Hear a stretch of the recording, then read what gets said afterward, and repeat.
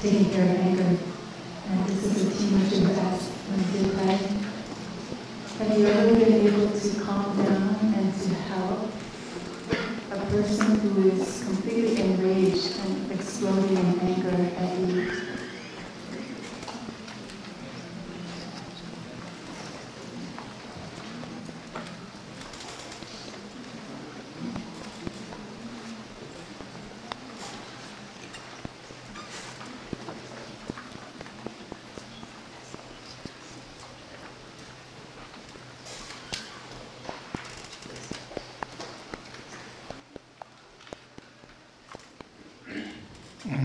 Thầy has been able to deal successfully with a number of people who get angry at Thầy out of jealousy and wrong perceptions. And sometimes it takes a lot of time for a person to calm down and to transform.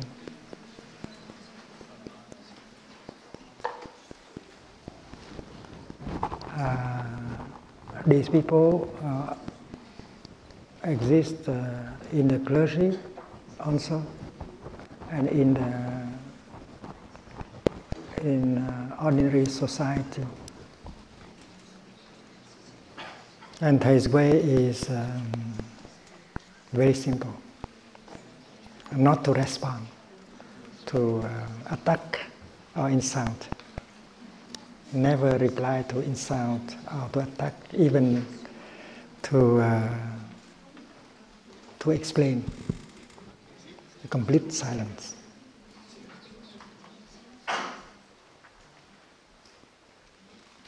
He does not try. He did not try to justify himself or do anything, because doing so may cause the other person to get angrier and so on. So breathing in and out and accept, and not to reply, not to react.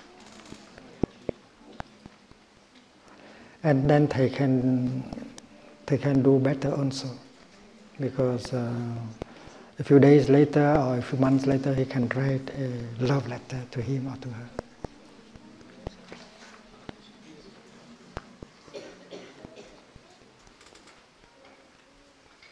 And he has done that several times.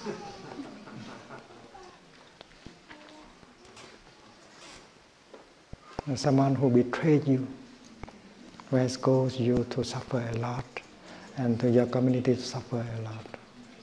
And yet you are able to write a nice letter to him, to her, to help him or her to suffer less.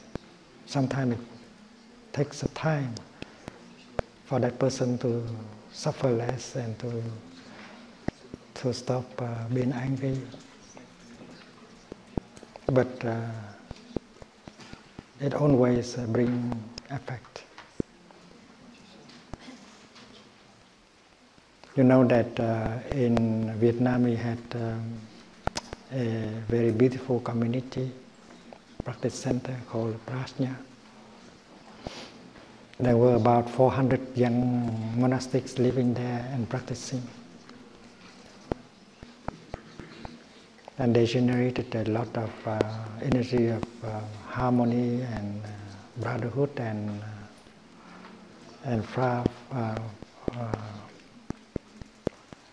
peace. And so many young lay young people come and practice with us. It is up in a mountain area.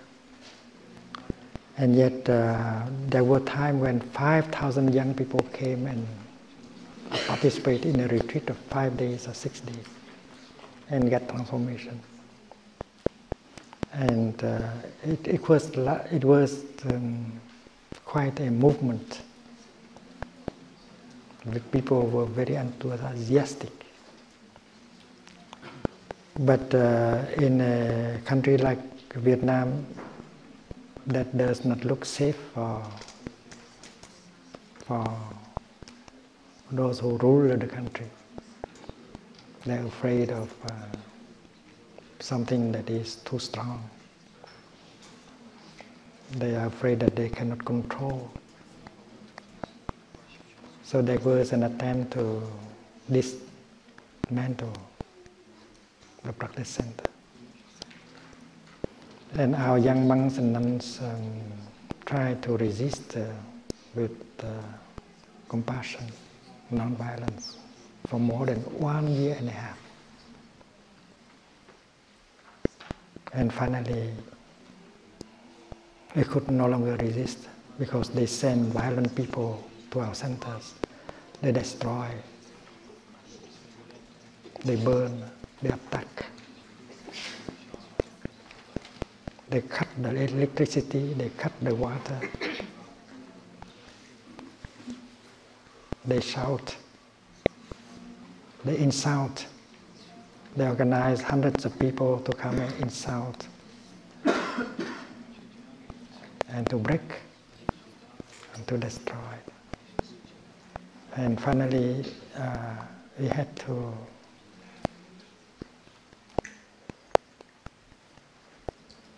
evacuate the place and went to a temple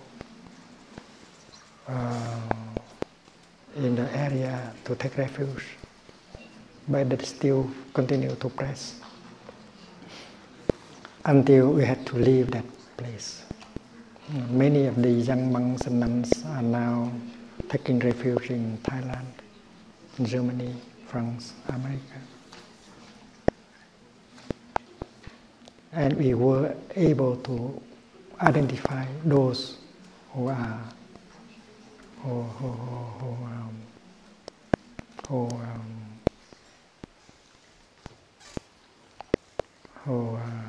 try to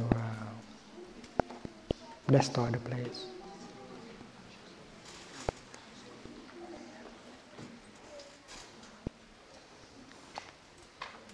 And they have sent words to them that we don't hate them because they may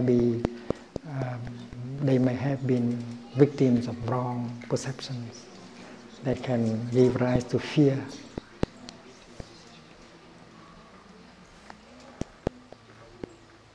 And anger. And we have, disciples of Thai in Vietnam has sent books of Thai to them as a gift.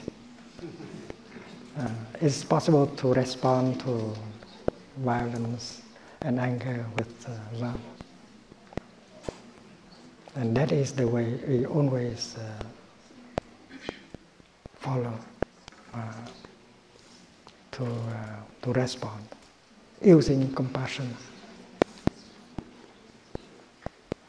and understanding to respond to violence, misunderstanding, and so.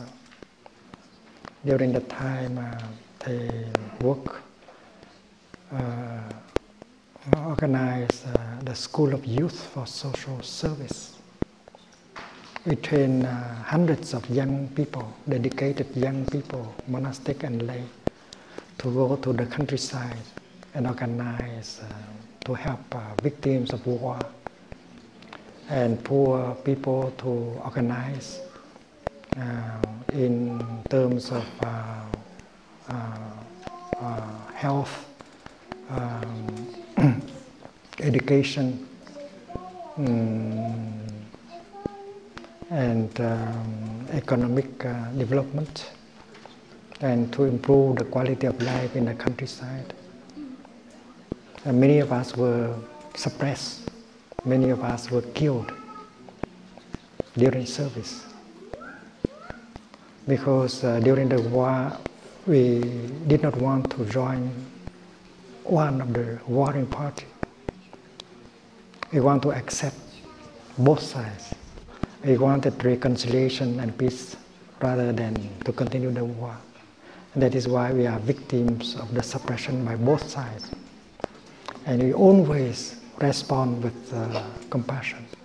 After they have killed a number of us, we organize a funeral ceremony and we declare that we do not hate those who have killed us, because we know that they are victims of wrong perceptions that has given rise to fear and suspicion. And we hope that they will look and understand us better. Our intention is not to harm them, only to help the people in the country, victims of war, orphans, and poor people. And in the beginning, the suppression, the violence continued. But later on, these actions of suppression begin to decrease. There is an effect, and that we have. That is what we have experienced in the decade that we practice and serve in Vietnam.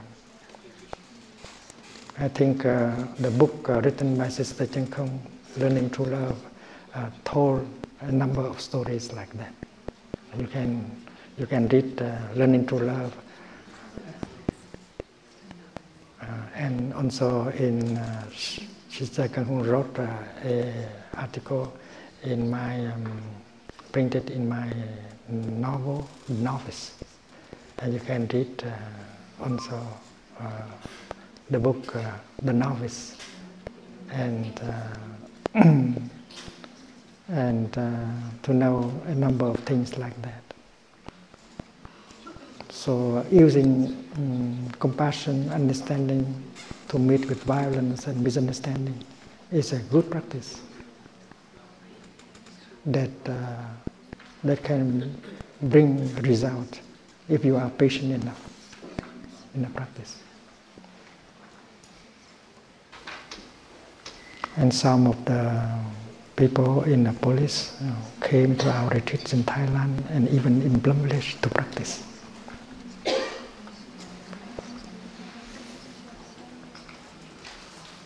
That is a victory for both, for us and for them.